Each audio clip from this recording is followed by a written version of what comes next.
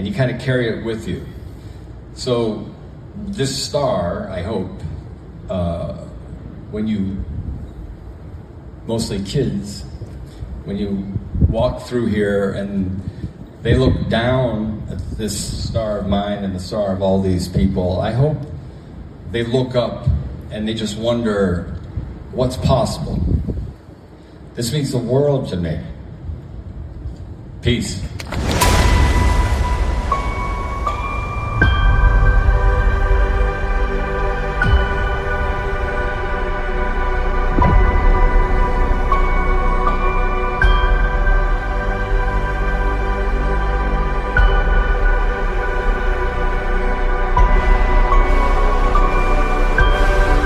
Welcome to Keatoncast, episode 11, the podcast for all things Michael Keaton, brought to you by the Epic Film Guys. I am Justin. I'm Jeremy. And I dare say, this may be the most monumental episode of Keatoncast that has ever been recorded. Something amazing happened to us this week, Jeremy. Something that we probably never expected to happen. And we're going to go in depth on that adventure on this episode. And to our listeners of Keatoncast that have been asking for this to come back, well, I thought about doing it for a while. This is the reason to do it. This would be the reason to bring this back and talk about this through Epic Film Guys. Jeremy, we got to actually attend the Pittsburgh Walk of Fame induction of none other than Michael Keaton this week. We did, man. We did, and it was absolutely incredible. And, I've been, meeting celebrities and going to autograph shows and traveling the country since 2005. And I had a bucket list when I started doing this. It was a ridiculous bucket list of people that I was like, there's literally no way that I'll meet, like, any of these people. And through time and circumstance, fate maybe a little bit involved. Sure.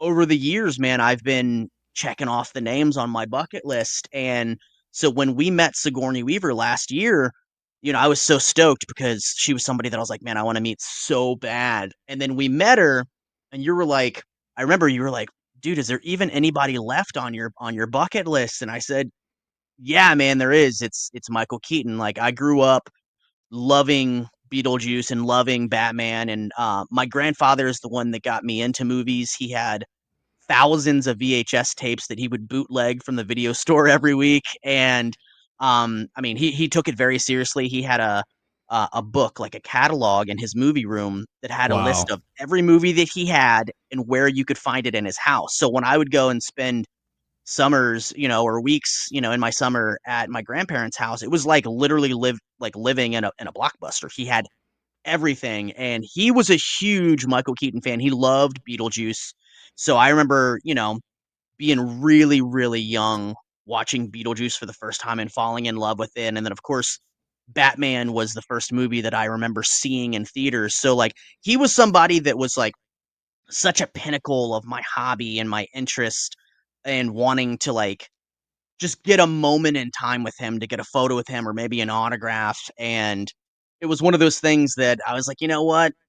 If I never check that last one off the list, it's okay. I've met so many amazing people, Jamie Lee Curtis, Johnny Depp, Kevin Bacon, Arnold Schwarzenegger, Sylvester Stallone, et cetera, et cetera, et cetera. Kurt Russell. I mean, you could go on for half an hour reading off those names. 100%. So, yeah. Like, you are the biggest Batman fan that I have ever met in my life, arguably the biggest Batman fan out there. I know there are people that would compete with you for that, but absolutely, for sure. When you got to meet him in 2019, I was like, fuck, man, I wish I could have been there. I was in LA getting Linda Hamilton in the cast of Terminator Dark Fate. And for years I was like, man, I should have gone. And so I thought maybe I'd missed my opportunity to ever meet Michael Keaton, who's very much a hero to me. And then this week happened, man. And dude, tell everybody about how this all came to be. Yeah, absolutely. First and foremost, a huge thanks to my friends Sarah and Travis. They reached out to me a few months back and had let me know that there was going to be a brand new Walk of Fame in Pittsburgh. And then the first inaugural guest would be Michael Keaton, and he would be there in person. Now, as you mentioned before, Keaton was like kind of the white whale of, people that you grew up loving that you really wanted to meet. You wanted to have a time with, shake his hand, just be around. And he did that one convention in 2019. And, I was there and I have a lot of experience with what happened. And he didn't really care for that experience. And Yeah. I think a lot of fans have asked me over the years, and will he ever do another one? And we know Steel City Con in Pittsburgh has attempted to get him numerous times for some reason here or there. It hasn't happened. So when my friends told me this was occurring, first thing I thought to do was obviously Epic Film Guys. We attend events, we attend movie premieres, early screenings, all kinds of things that I would reach out to the organizers and just see if there's any way we could be involved, any way we could help, promotion, anything at all like that. And this wonderful woman, Nancy, who basically created the whole thing, ended up inviting us to come, not only to the ceremony and have actually reserved seats. I mean, we were literally like 2 rows over from Michael Keaton. But I counted, also, we were 11 people away from him. that's crazy. But also a private luncheon with Michael Keaton. We could not attend the luncheon as press or the event as press, but since we are Epic Film Guys and we are known for what we do, she was really kind enough to, extend an invitation for us to do so, in which I'm incredibly honored by that, because there was nothing more that I would rather experience or be there for than my hero, Batman, Beetlejuice, Mr. Mom, Birdman, you fill in the blank, man. I mean, he is the guy for me. Being honored in his hometown. I mean, in my opinion, Jeremy, I think this is way fucking cooler than him being on the Hollywood Walk of Fame. This is like even more important to him because this is where he grew up. This is where he got his footing. Especially considering that Fred Rogers, Mr. Rogers, was being honored the same day. And that's where he got his start, was on that show. That's the first time he acted, the first time that he worked in a production studio. So it was very fitting.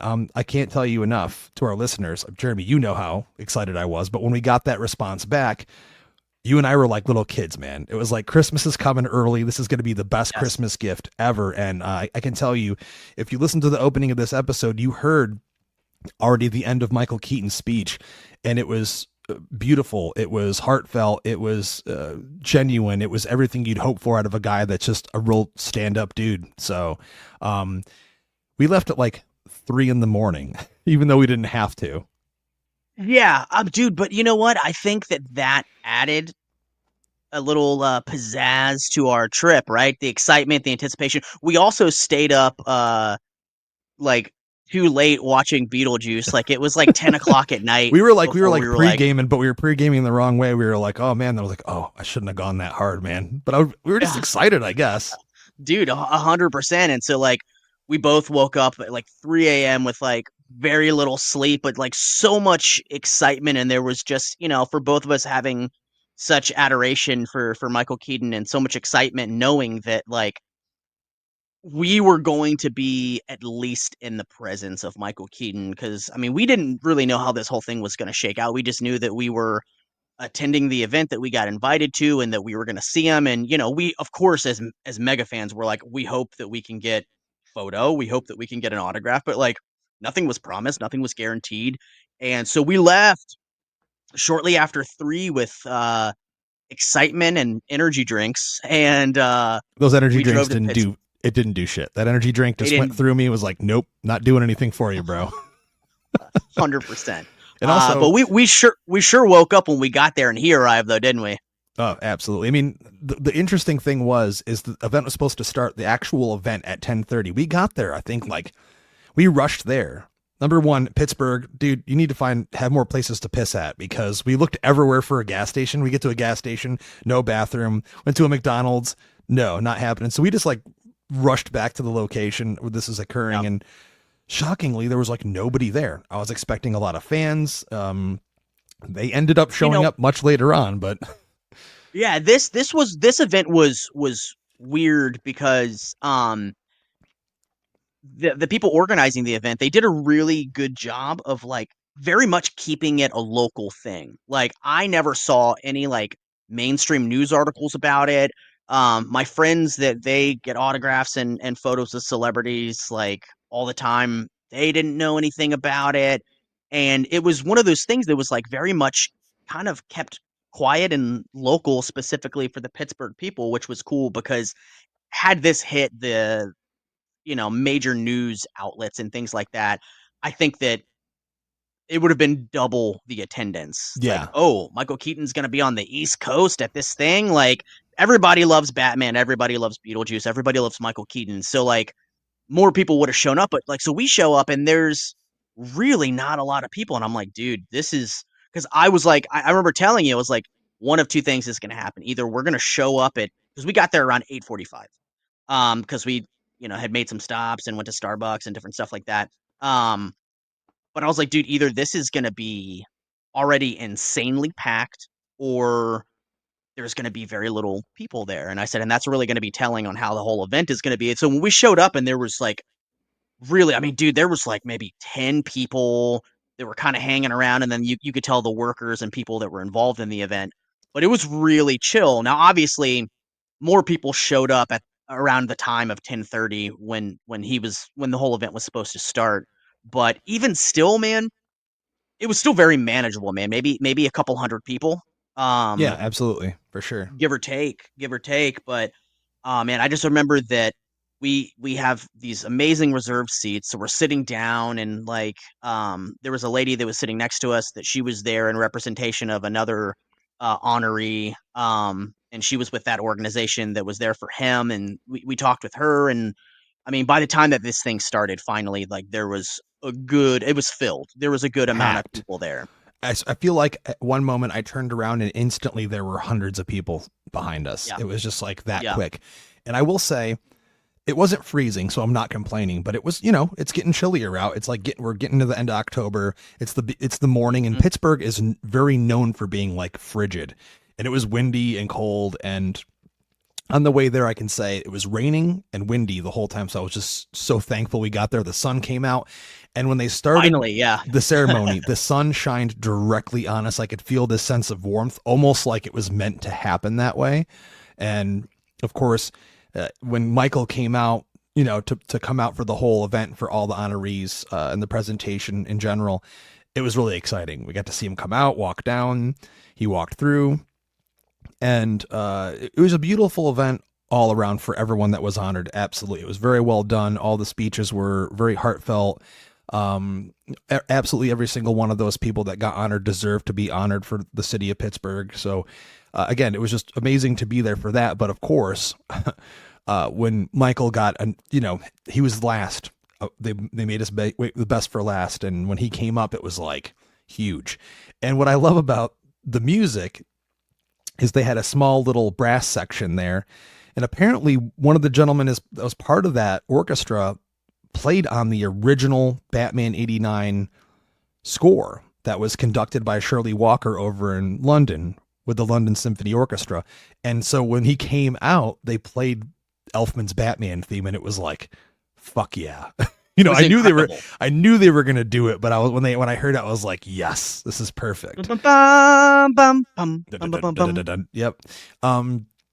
And his speech was great. His speech was wonderful. Like you heard a part of it in the opening of this. It was just really exciting. And then, of course, instantly, fans swarmed that place as soon as he was done.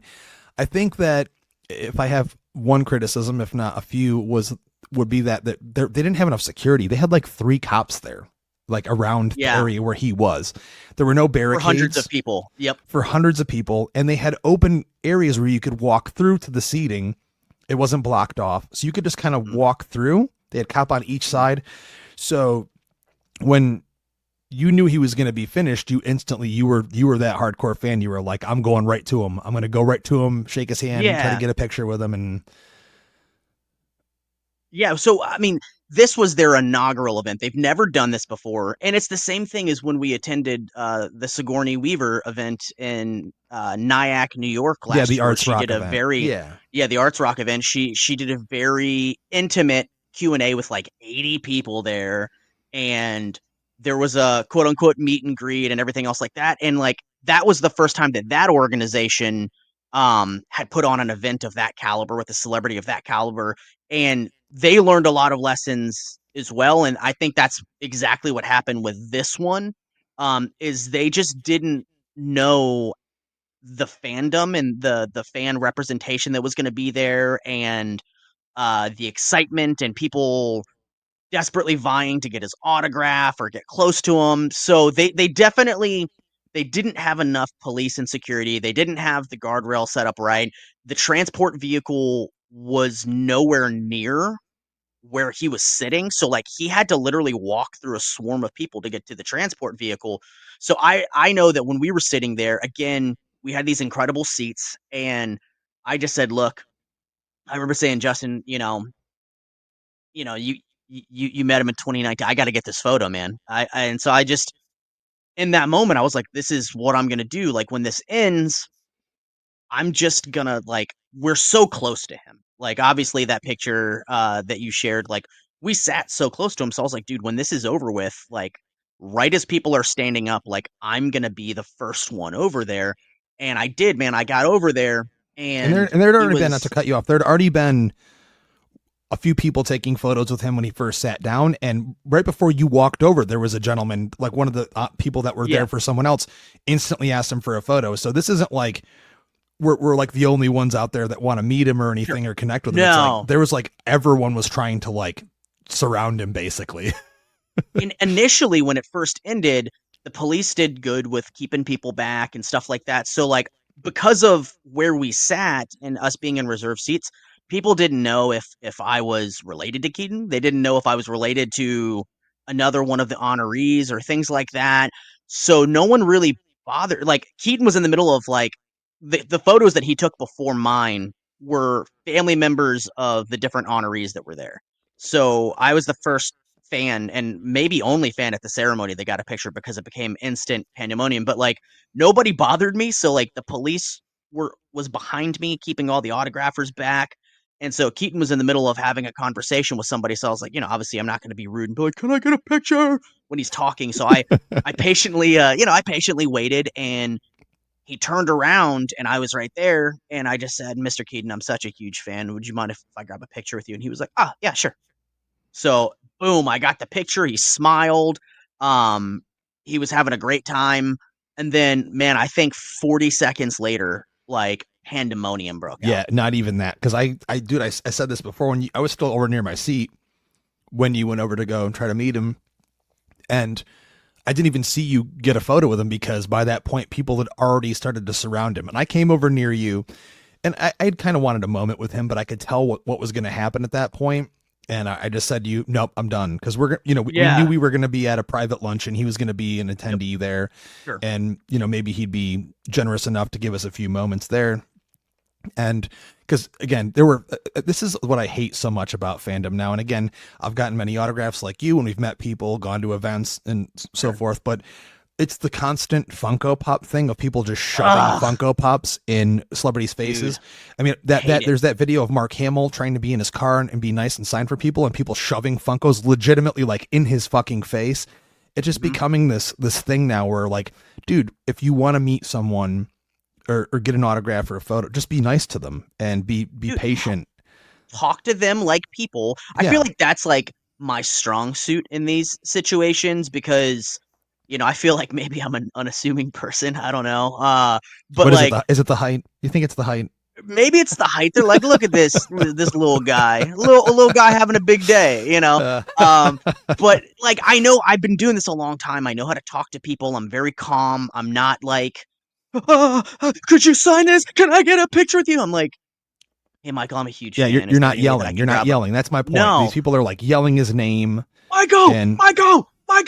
Like, dude, good lord. So like, yeah, so like he's getting swarmed, and I see nothing but Funko Pops, and I had this Beetlejuice poster, and like, so I got to work with Alec Baldwin like 2 years ago. I was hired to be a personal cinematographer for him at an event that he was doing. So I knew, then like, okay, like I'm gonna get to spend a lot of time with Alec Baldwin and like behind closed doors and hang out, and like I'm sure he'll sign stuff for me. So I was like, well, what do I want Alec Baldwin on? Okay, I want him on a Beetlejuice poster because like that's the movie that I love the most that he did. So I kind of figured like, dude, I'll never get Keaton on it. So then like a year later, I'm at this, Steel City Con, and they announced Gina Davis is going to be there, and I'm like, well, fuck. Okay, I'll get this Beetlejuice poster to have just the Maitlands on it. I was like, that'd be cool. I love this movie. It'll be just the Maitlands and that's it. Um, so when we realized we were doing this event, I was like, well, I have to bring the poster with me because even when you think something's not going to happen, and Justin knows this term, when you're out and about at these kind of events, it's better to have your item with you and not need it than all of a sudden a celebrity that never signs autographs is signing autographs and you're like, dude, I didn't bring it. So it's better to have it and not need it than need it and not have it. Right. So Absolutely. I brought my Beetlejuice poster and he's getting swarmed and my poster's folded and all of a sudden I'm like standing right next to him again and he's looks like he's happy to sign autographs for fans. He understands, and I think he understood going to this that was going to be a part of his day. I mean, he's a hometown hero, so it makes sense that he'd want to give back and give a moment to the people of his, city that want to get a moment with him. 100%, man. Yeah. So then all of a sudden I'm in this pandemonium where there's just Funko Pops in every breathable space. I had my Beetlejuice poster next to him, and he used to never sign Beetlejuice or Batman on the streets. It was just something that he didn't do. I know somebody that went for him. This was several years ago at this point, but somebody that I know in LA that went for him several times, and he would get one-on-one with Keaton, and Keaton would go, "Ooh, I can't sign Beetlejuice on the street." And, this person was like, please, you're the only name I need on it. And he's like, do you have anything else? I'll sign anything but Batman and Beetlejuice. And the dude was like, I don't have anything else. And he's like, well, how about we just take a picture instead? So he went for Keaton so many times and a lot of times got him one-on-one. He wouldn't do it. So in this crazy moment, I see him look at my poster and he doesn't sign it. He keeps signing other things. And then he almost signs it again, and then he doesn't. And then I'm like, oh shit, he's not going to sign it because it's Beetlejuice. And finally, I just calmly said, Mr. Keaton, I said, you have the perfect pen in your hand right now. Is there any way that you can sign this poster right next to you? And I saw him look over it and he goes, yeah, sure. And he hit his Done. autograph on my Beetlejuice poster. And dude, I went from like, started this Beetlejuice poster kind of like, oh, well, I have an opportunity because I'm working with Alec Baldwin. And then it like turned into like, I have the Maitlands and Beetlejuice on my poster and Yeah. I'm calling it done. Are there other people I could add to it? For sure. But for me, I'm done. I'm done with it. I'm happy with it. So super stoked. It was amazing. I wanted nothing to do with that crowd, so I instantly told you No, as soon as you got that, I said, I'm out of here because they were gonna transport us to, I'm not gonna mention the location where it was, but it was to a separate location a few miles away for the lunch. And so I was like, I'm good. We're gonna go to that. I didn't know how many people would show up, but I knew there was like a no press type thing that was happening there. And again, we were just lucky enough that we were still offered to attend.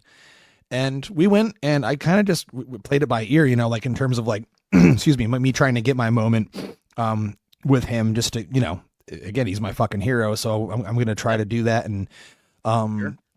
we just waited for him to show up, basically. Like, I mean, we went upstairs, we got our seats with our name tags and just chilled out for a little bit and realized he wasn't there. And we were out there in the hall when he came in, and it was as simple as him walking up.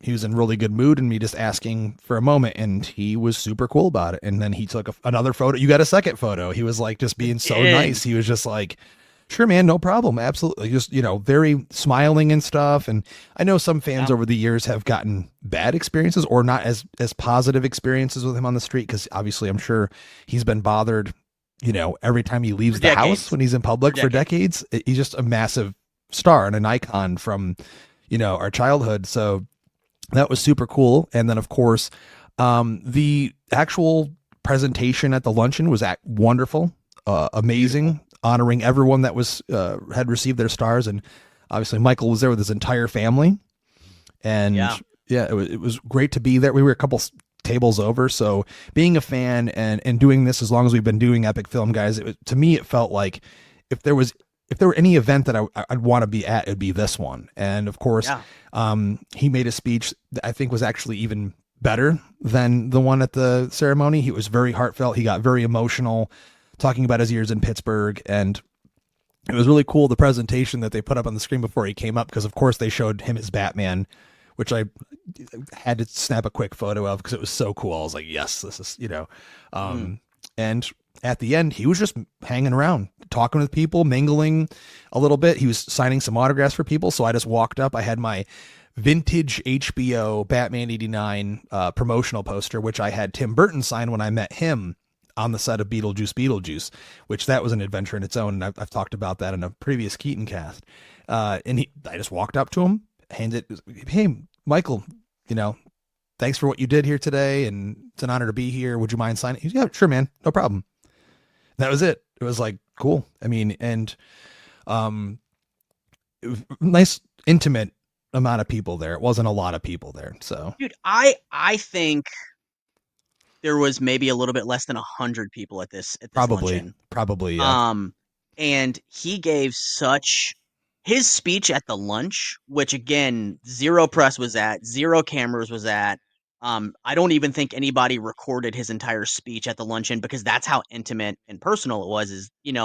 Everyone was just there and everyone was in the moment. No one was 100% phones out. It was just, I think everybody in that room understood that they were experiencing a once in a lifetime opportunity in how special it was.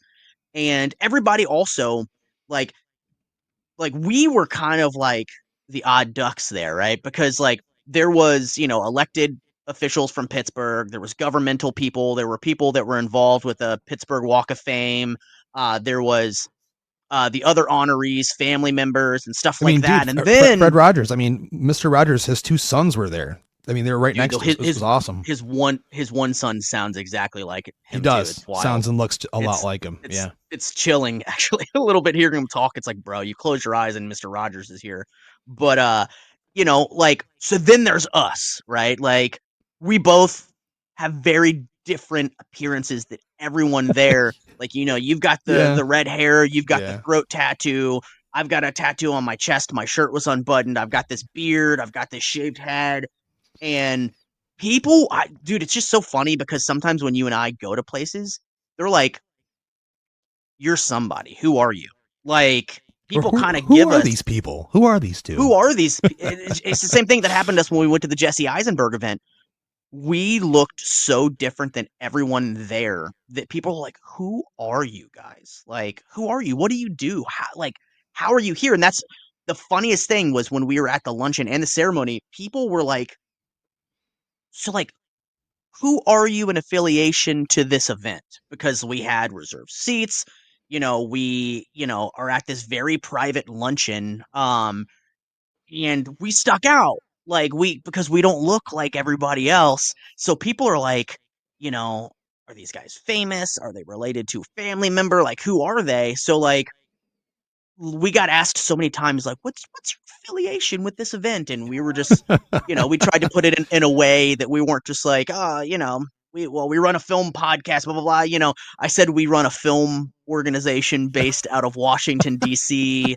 that is like a preservation for cinema, that we review current films and do retrospectives on other films to keep the movies that we love in the limelight, which is exactly what we do. So I wasn't lying, but it was just a different way of stating what we do, where these older heads could kind of understand it, Yeah. And at one moment, someone asked, I said, they were like, I was like, what the kids call influencers. I couldn't think of anything else to say, because we do get invited to events for influencers and items in the mail for influencers. So it's felt fitting enough for them that maybe they know that word.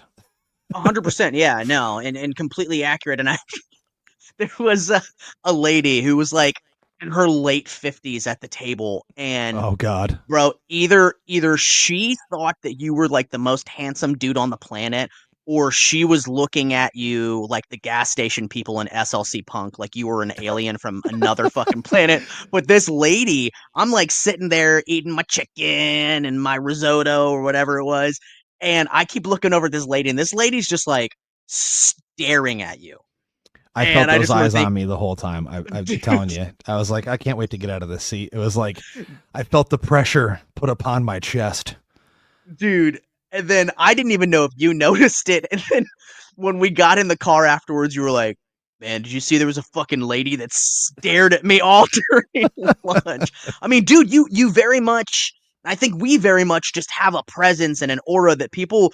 I think she was just trying to figure it out. Like, who are Yeah. these people? Right. But so all of a sudden, Michael Keaton gives this amazing emotional speech. I mean, he literally had to stop giving his speech because he was choked up and he was crying. He Yeah. said, "This is one of the best days of my life." And I know that that's true because that's why he was so gracious with his time with us. That's why he was so accommodating with us because for him, we were a small cog in one of the greatest days of his life. So he's happy. He's happy to accommodate people. He's happy to shake hands, take photos, sign autographs, which is like we said earlier, he's usually like he's been famous. He's like Arnold. He's been famous for so long that he's just like kind of over that element of his career. And we got a completely different experience that I feel like a lot of people have gotten with him in public and things like that. And so all of a sudden, like everything's wrapping up. It's done. Thank you so much. Everybody drive safe. Thank you for coming.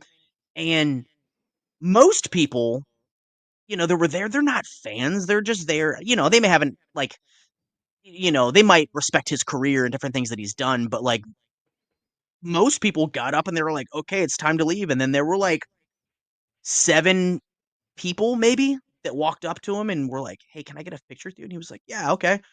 And so he was taking pictures with people, and there was a dude that was in Andy Warhol cosplay because Andy Warhol was also Full honored at the Andy event. Warhol cosplay. Wore the wig the So, whole time, the dude, sunglasses, everything. he He's sure behind did. us in that picture. That picture of us I Sure posted of where we're sitting the behind ceremony. Keaton in the ceremony. Like, and that people commented a bunch about. I love how Andy Warhol's sitting behind you. Yeah, so I'll let you take it over. So like all of a sudden he's like taking pictures and signing for Yeah. people. Yeah, and like I said earlier, like he just was super kind to me and signed that poster that's near and dear to my heart that again has Tim on it. So I mean, that to me is absolutely now my prized possession. It was an honor to be there on one of the greatest days of his life, and also for me as an adult, absolutely have to put that on the list of one of the greatest of mine, because a lot of people that do what we do get invited to world premieres of movies and they get to schmooze with celebrities and actors and do interviews, and it's exciting and I love doing it. It's one of my favorite things about what we do. But Same. to be at, I mean, my favorite movie of all time, the movie that got me into movies in general, to be at an event to honor in his hometown, like, that dude, was an honor for me. And I can't say enough that it was extremely important and special for me. So we left. We ended up going to, I forget the name of the bar. I wanted to shout him out, but I forgot it already. We went to this dive a couple miles away. Yeah. The dude's name was Ben, right? The bartender's name was Ben. Super was nice cool. guy. And I had a few stiff drinks and we kind of relaxed for a while. And then I said, all right, this is, this was the day. So very exciting, very thankful and appreciative that we were invited and that my friends mentioned it to me, because like you said earlier on, no one was talking about this. Nobody knew about it outside of like very, very local Pittsburgh stuff, man. Yeah. So we were very lucky, but also had we not been Epic Film Guys, I don't think we would have been. We probably would have just gotten pushed to the side and been like, you just stand in the back there. You can come and stand in the back. 100%. Like, we definitely got treated like, the Epic Film Guys, not just Joe Schmoes that came from DC to attend. And I'm very grateful for the inclusion, and especially again, we were the only like non-affiliated with the Pittsburgh Walk of Fame people that were at that luncheon. Like we might even have been the only people there that weren't from Pittsburgh. I'm not sure. I agree. Yeah, I agree. I think other than some family members of some other people, that's possible. That travel that were there. Yeah, absolutely. Yeah, man. I mean, going, so then, here we are days later, and you got your HBO Batman poster already signed by Tim Burton, signed by Keaton. You got another photo with him. I got a photo with him, and I got my Beetlejuice poster signed by him, which I didn't think was going to happen. And I got these amazing photos. And I got to say, man, I've been doing this since 2005 of trying to meet my heroes and people that I respect their work. I'm still on such a high Yeah. Yeah, from absolutely. this. Like, it's just one of those things. This may be, and like you and I have done a lot of adventures together, right? Like we met Kevin Bacon together, we met Kurt Russell together, We met Arnold twice Sigour- together. we met Arnold twice together, we met Sigourney Weaver, we met Jamie Lee Curtis together. Like we've done this a lot, and this was different, man. This hit different. It felt different. And it may be one of my favorite, if not my favorite experiences ever doing this, like ever. Yeah, I mean, for me, I don't think anything will beat it because, again, it was just what the actual subject matter was, what the kind of event was that we attended was different. It wasn't a comic book movie convention. It wasn't, you know, some seminar or anything like that. It was, you know, a thing to honor the dude, and we were at the thing to honor the dude, and it doesn't get any better than that, my friend. So We extremely honored thankful. the shit out of him. And we're honoring him again now. And, you know, I wish I could thank him personally for just everything he's done, his career, and in general, just like in his personal and public life, being a stand-up dude. Like, he really cares about Pittsburgh. He's got a charity as well. And, just his views on the world in general, and just, you know, the way we as a society are. And, there's just some very strong words that he used in both speeches. So, but once Absolutely. again, And well, real quick, and then like when you got your Batman poster signed to him or signed by him, I said, "Hey, I just want to let you know that I have been a fan of yours since I was a child." And he looked at me in my eyes and said, "Thank you very much. I appreciate that." yeah, he did. Yeah. It's amazing. Yeah. Amazing, dude. I mean, that's it in a nutshell. We got home after that, and I'm sure you tried to conk out, but I was trying to, and I just couldn't. The excitement was still there. There's still adrenaline in my system. So, days later, once again, just thankful for it, and I'll never forget it. So that is it, ladies and gentlemen, for this episode of Keatoncast through Epic Film Guys regarding the Pittsburgh Walk of Fame induction of Michael Keaton that we attended. Thank you so much for checking this out. We decided to do this episode because, number one, people have been asking me to bring back Keatoncast for a long time. Number two, I received so many messages and comments asking for, you know, details about this and just wanting to hear about the adventure. So here you are. Hope you enjoy it. If it's your first time listening to the show, thanks for checking us out. If it's you're a long time listener, you continue to stick with us. We love you. Thank you so much. And we're available on Epic Film Guys on social media everywhere. And of course on every podcatcher known to man. So until next time, I'm Justin. I'm Jeremy. And as always, we like to ask you to keep that shit. Oh, yeah. Creepy.